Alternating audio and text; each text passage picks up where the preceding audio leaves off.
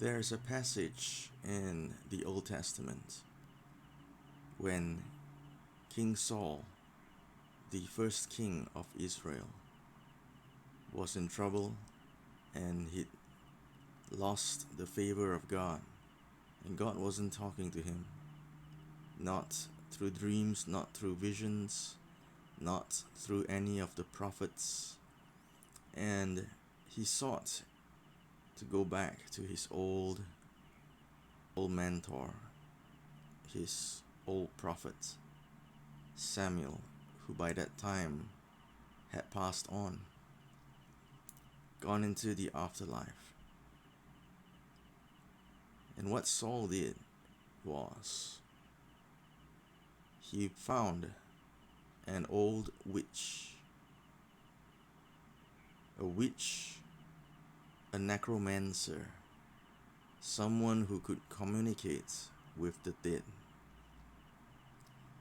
Necromancy is forbidden in the Old Testament, and Saul himself, as a king, seeking to be zealous, seeking to be seen to do the right thing, had issued a fresh decree that anyone who practiced necromancy would be put to death, which is basically restating the law of Moses.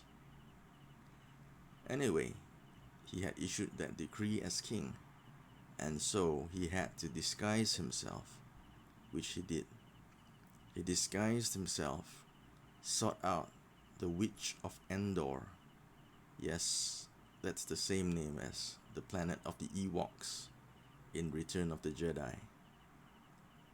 Anyway, there are no Ewoks in the Old Testament, but there was a witch at this place called Endor.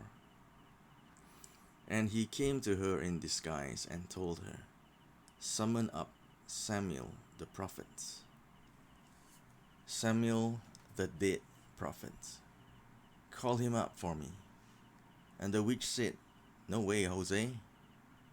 The king has issued a decree that anyone who practiced necromancy would be put to death." But he said to her, "Do it for me anyway." And so after some persuasion, she did summon up Samuel. Now, after this long introduction, where I've basically paraphrased the scripture accounts of the summoning of Samuel, what I want to say is that in my Sunday school days and in much of modern evangelical Christianity,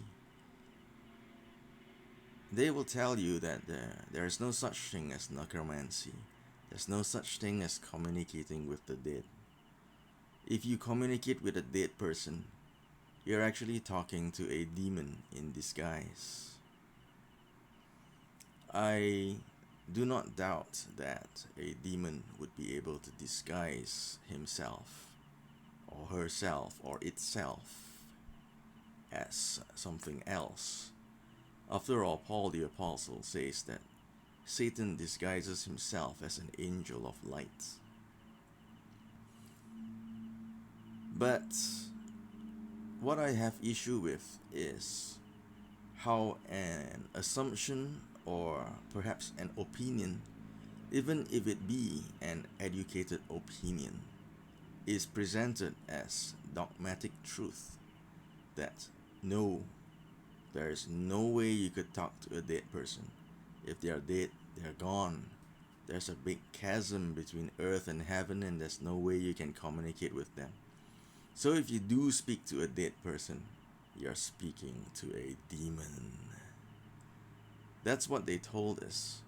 That's what they taught us as biblical facts. When in fact, the Bible never actually says that every time you talk to a dead person, you're talking to a demon. It does not say that. Neither does it say that if a person is dead, there is no way that you could ever speak to them. the Bible does say not to communicate with the dead. Basically, to leave those who have departed alone. Don't try to disturb them. In fact, that is what Samuel said when the witch summoned him. He scolded Saul. I guess he's a fair man, noble-minded, fair-minded. He did not scold the witch. He scolded Saul and said, "Why do you disquiet me? Why do you disturb me and raise me from the dead? I'm done with this earth. I'm done with this life. Why do you disturb me?" That's what he said to Saul. The Bible did not say that a demon pretended to be Samuel. The Bible said that the witch, the necromancer, summoned Samuel from the dead.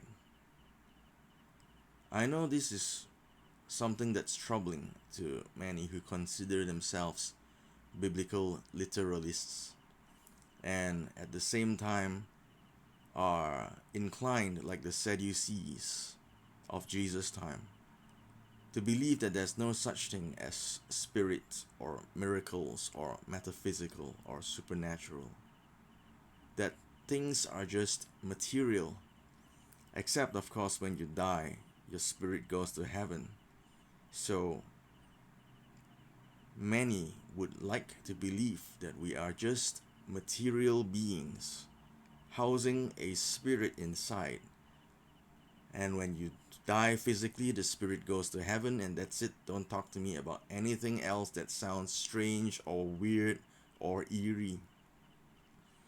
But to the biblical literalist, here is this passage of scripture in the Bible where Saul sought out a practitioner of the dark arts, a necromancer,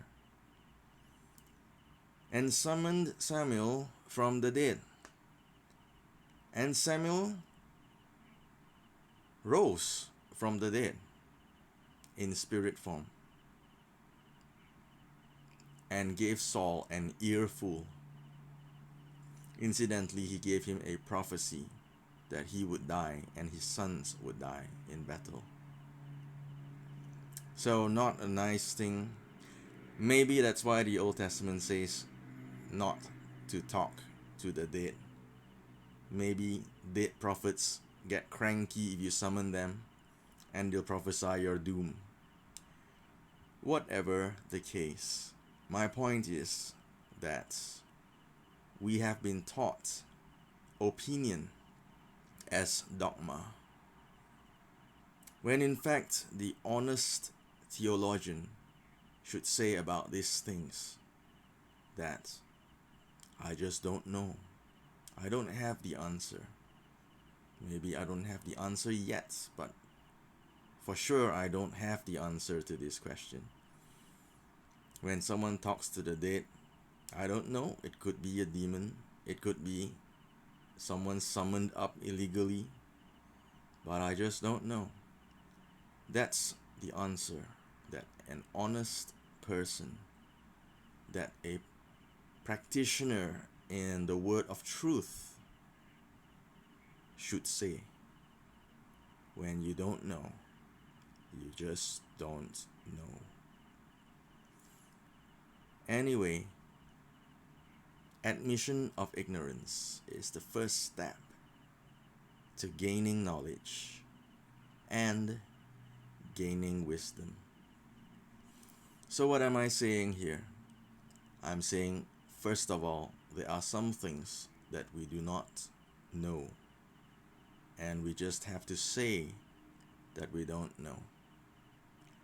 I guess I'm also saying, don't try and speak to the dead. They seem to get cranky when they're summoned from the dead, and they might prophesy your doom. Again, I'm kind of half joking here. I have no idea what the dead might say to you. But one thing's for sure, if they are dead, They are dead for a reason. Leave them alone. Deal with the life that you are living. Deal with the truth that you know. And in truth that you don't know, say you don't know, because that's the first step to knowing.